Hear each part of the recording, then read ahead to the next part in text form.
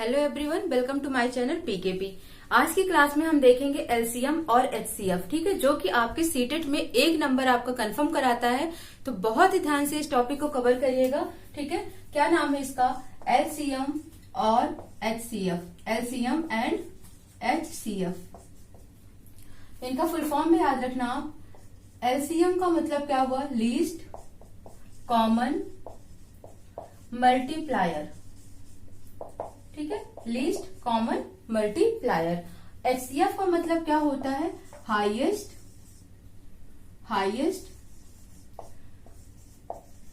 Common factor.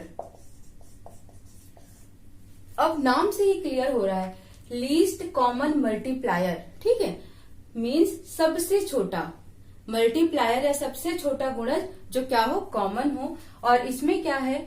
Highest common factor means सबसे बड़ा factor जो क्या हो? कॉमन हो, ठीक है। तो हिंदी में इसको क्या कहते हैं? लघुत्तम समापवर्तक, और इसको क्या बोलते हैं? महत्तम। महत्तम मीन्स बड़ा समापवर्तक, ठीक है। लेकिन जो आपका सीटेट में आता है वो नाम थोड़ा सा बदल के आता है। नाम क्या लिख के आता है? इसकी जगह पर लिखा होगा सबसे छोटा सार्वगुणज, ठीक है। क्या लिखा होगा? बड़ा, सबसे बड़ा सार्वगुणज, ठीक है। समझ आ गया? इसमें क्या होगा? सबसे छोटा और इसमें सबसे बड़ा पूछा जाएगा। तो क्वेश्चन आपका ऐसे नहीं दे देते कि आपको दे दिया 2 और 3 और बोल दिया कि इसका एलसीएम निकाल दो या इसका एचसीएफ निकाल दो। आपका जो क्वेश्चन आता है वो इन दोनों का एक साथ आता है। कैसे आता है? मान लो आपको क्या करेंगे, एक क्वेश्चन कुछ ऐसा दे देंगे, 2, 3, 4 और 5, 3, 4 और 5 का क्या निकालना है आपको? का एलसीएम निकालो, ठीक है। और 5, 6, 7 इसका क्या निकालो आप? एचसीएफ निकालो। क्या निकालो? एचसीएफ निकालो।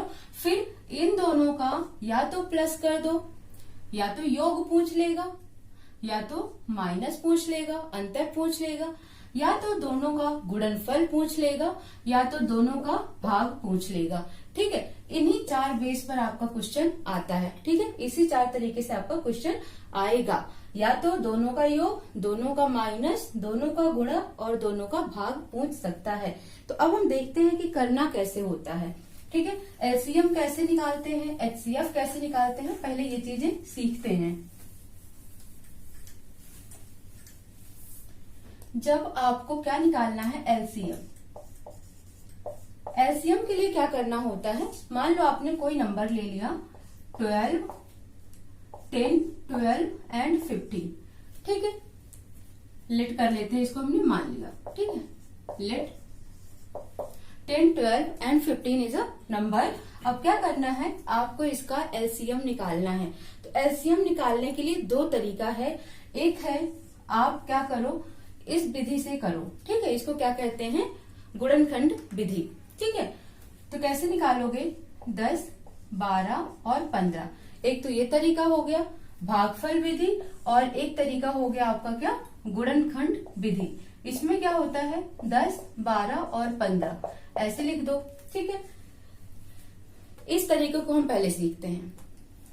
अब यहाँ पे इन तीनों में सबसे छोटा नंबर जो तीनों में कॉमन हो, तो आप क्या देखोगे कि कुछ नंबर होंगे जो इन 2 में कॉमन होंगे, कुछ होंगे जो इसमें कॉमन होंगे। तो सबसे छोटा क्या करो? स्टार्ट करो आप 2 से।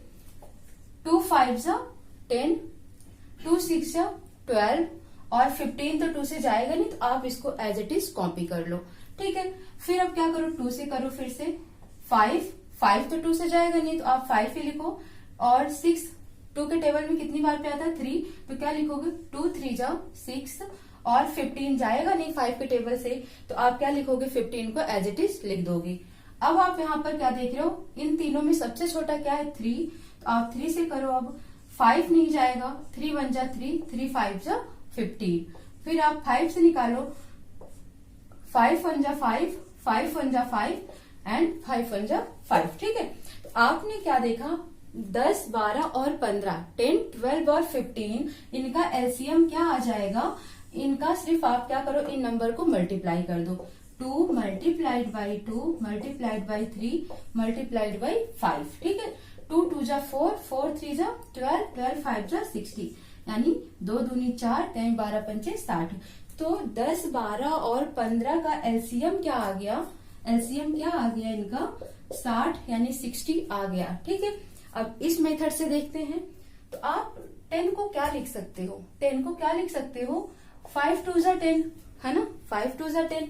12 को क्या लिख सकते हो, 2 2 जा 4, 4 3 जा 12। 12 को क्या लिखते हो, 4 3 12, ठीक है। तो 4 को आप क्या ब्रेक करोगे, 2 इंटू 2 में, और 3 को आप 3 लिख दो। और 15 को क्या लिखोगे, 3 इंटू 5, 3 5 जा 15 होता है, ठीक है। अब क्या देखना है आपको, पहले देखो कि तीनों में कुछ कॉमन है क्या, तीनों में कुछ कॉमन है, नहीं कॉमन है। तो आप एलसीएम कैसे लिखोगे, जो इसमें सबसे ज्यादा हो, ठीक है। जैसे यहाँ पर 2 की पावर कितना हो गया 1, लेकिन इस वाले में क्या देख रहे हो, 2 की पावर कितना हो गया 2, ठीक है, और इसमें तो 2 का पावर नहीं है। तो आप क्या करोगे, जिसमें सबसे ज्यादा पावर होता है वही वाला लेते हैं। तो 2 देखना है, तो 2 का पावर कहाँ पर ज्यादा है, यहाँ पर, तो आप क्या ले लोगे 2 पावर 2।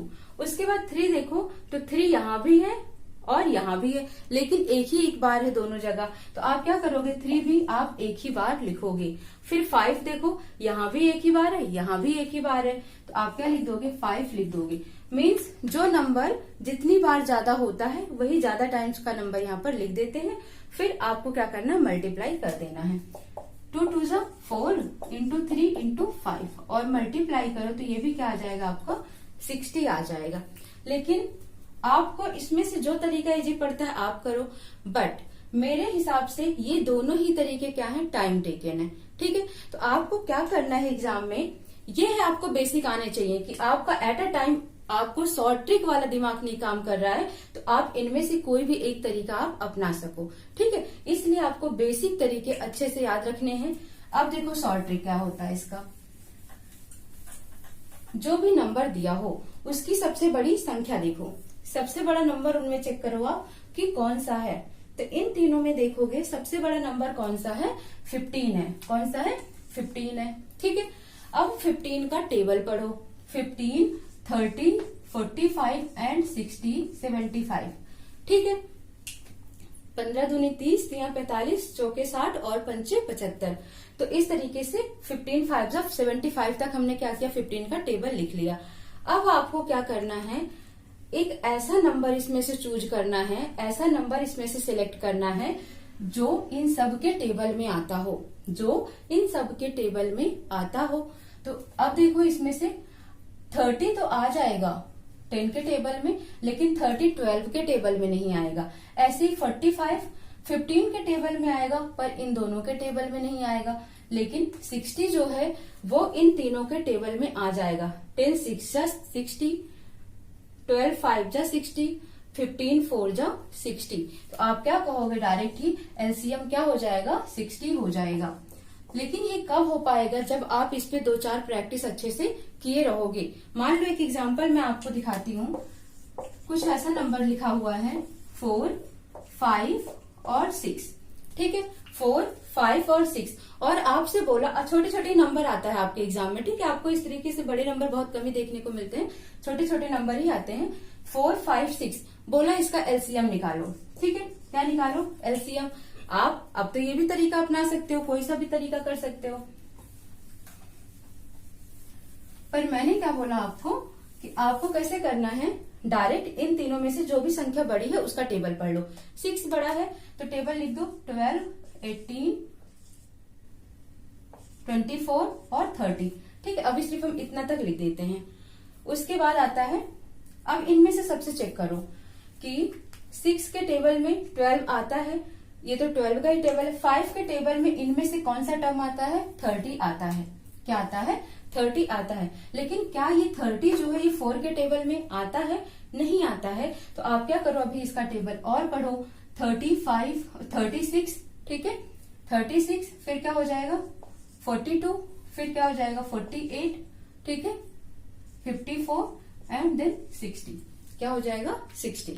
अब आप देखो कि इसमें से अगर ये पूरा टेबल हो गया 6 का, अब देखो तो 60 एक ऐसा नंबर है जो 6 के टेबल में आ ही रहा है, 5 से भी डिविजिबल है और 4 से भी डिविजिबल है।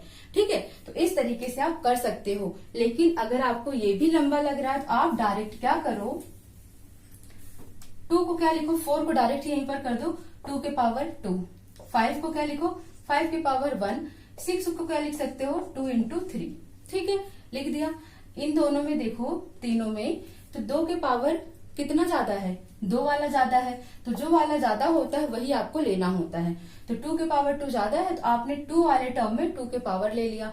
अब 3 वाले में देखो कुछ है ही नहीं, केवल 3 है तो केवल 3 लिख दो, और 5 वाले में कुछ भी नहीं है पावर में तो 5 ही लिख दो।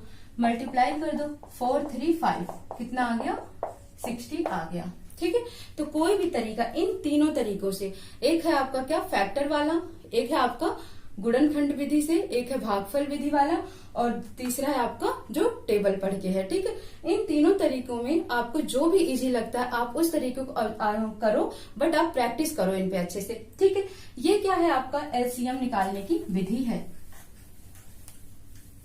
अब एचसीएफ हम देखते हैं। एचसीएफ का क्या बोला था मैंने, हाईएस्ट कॉमन फैक्टर। क्या बोला था, हाईएस्ट कॉमन फैक्टर, यानी कि ऐसा फैक्टर, सबसे बड़ा फैक्टर जो कॉमन हो तीनों में या चारों में या दोनों में। ठीक है, मान लो यहाँ पर एक एग्जांपल लेते हैं 12 और 16 का। ठीक है, 12 और 16 का एक एग्जांपल लेते हैं, और बोला आपसे 12 और 16 का एचसीएफ क्या होगा, मासा क्या होगा, या सबसे बड़ा सार्वगुणनखंड क्या होगा।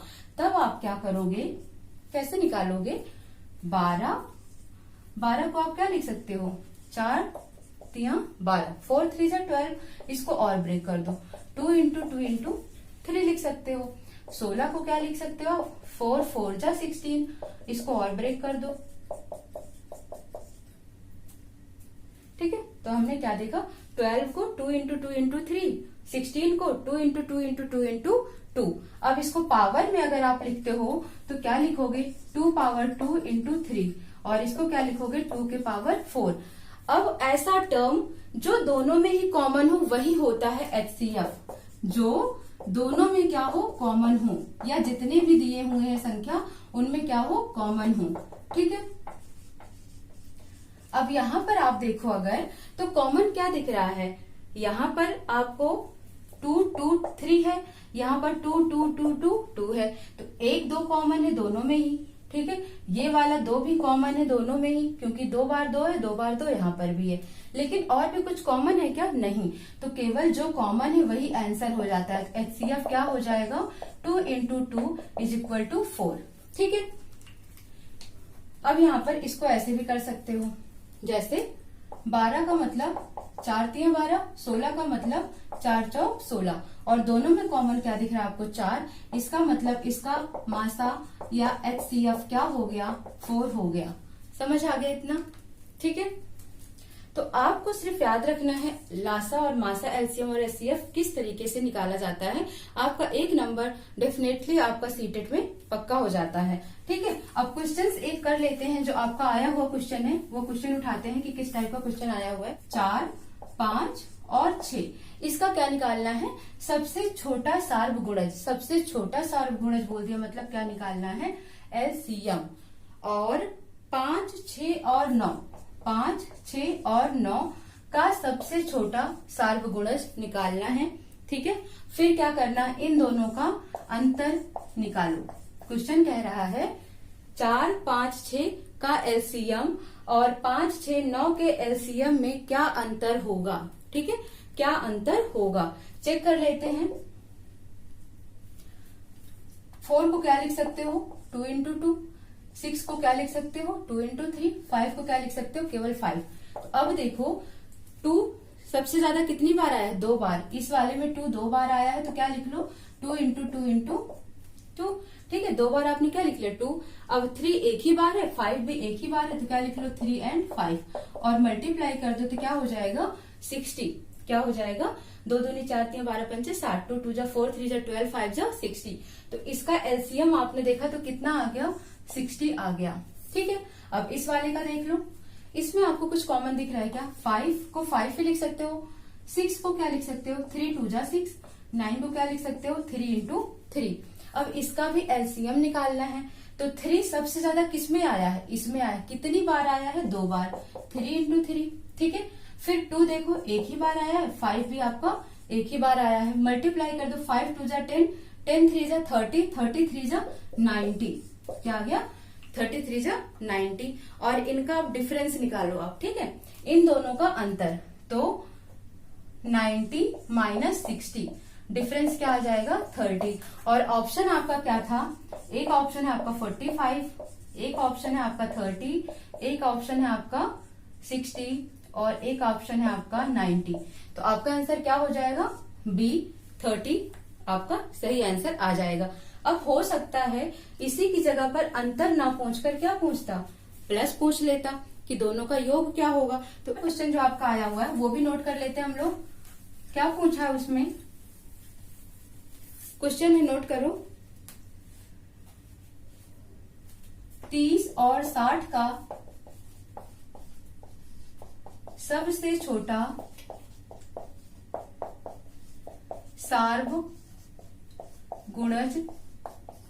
30 और 60 का सबसे छोटा सार्वगुणज डिवाइडेड बाई 18 और 45 का, 18 और 45 का सबसे बड़ा सार्वगुणनखंड क्या होगा?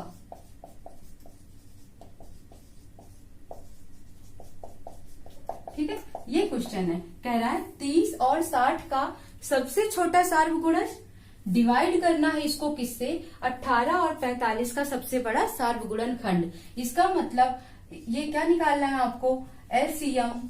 जहां छोटा शब्द दिख जाए वहां एलसीएम, जहां बड़ा दिख जाए वहां क्या निकालना है? एचसीएफ।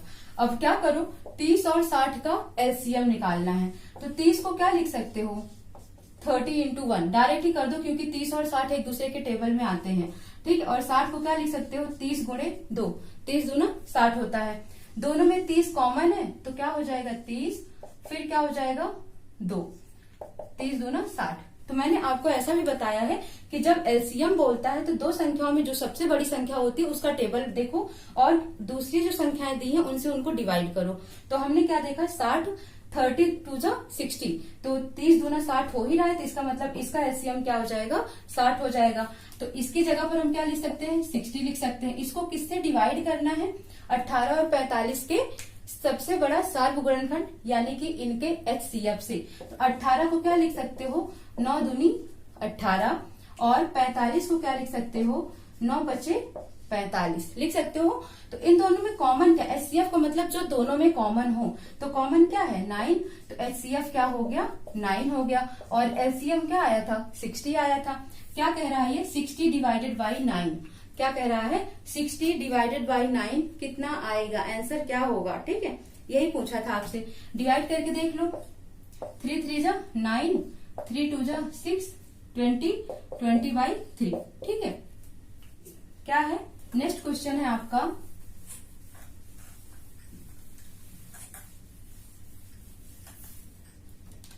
5, 10 और 35 के एलसीएम और एचसीएफ का योग क्या होगा?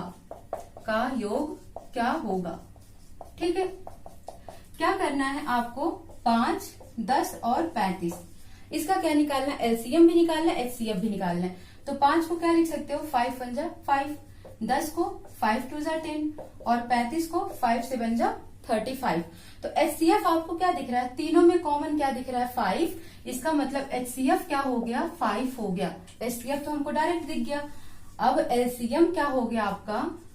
जो कॉमन है वो तो लिखना ही है, 5 आपको लिखना ही है। तीनों में 5 एक ही बार है, इसलिए आपको क्या लिखना? एक ही बार लिखना है। फिर क्या है? मल्टीप्लाई 2, मल्टीप्लाई क्या है यहाँ पर? 7, मल्टीप्लाई कर दो। 5 2 जा 10, 7 जा 70, क्या आ गया? 70 आ गया। तो आपने क्या देखा? एचसीएफ 5 आ गया, एलसीएम कितना आ गया? 70 आ गया। अब इनका क्या पूछा है, योग क्या होगा, तो दोनों को जोड़ दो, 70 और 5 दोनों को जोड़ दो, कितना आ जाएगा 75, यानी कि 70 + 5 कितना आ जाएगा 75। तो इसी तरीके से आपके क्वेश्चंस आते हैं, बहुत ही इजी क्वेश्चंस होते हैं, बस आपको एक बार तरीका समझना है कि एलसीएम और एचसीएफ निकालना कैसे होता है। ठीक है, तो आप क्या करोगे, 1 नंबर अपने गेन कर लोगे। ठीक है, तो नेक्स्ट क्लास में अब हम करते हैं नेक्स्ट टॉपिक, जो आपका असेंडिंग और डिसेंडिंग ऑर्डर, घटते या बढ़ते क्रम में, या फ्रैक्शन। ठीक है, तो कुछ भी हम देखते हैं नेक्स्ट क्लास में, तब तक आप इनको अच्छे से प्रैक्टिस करिए। Thank you so much.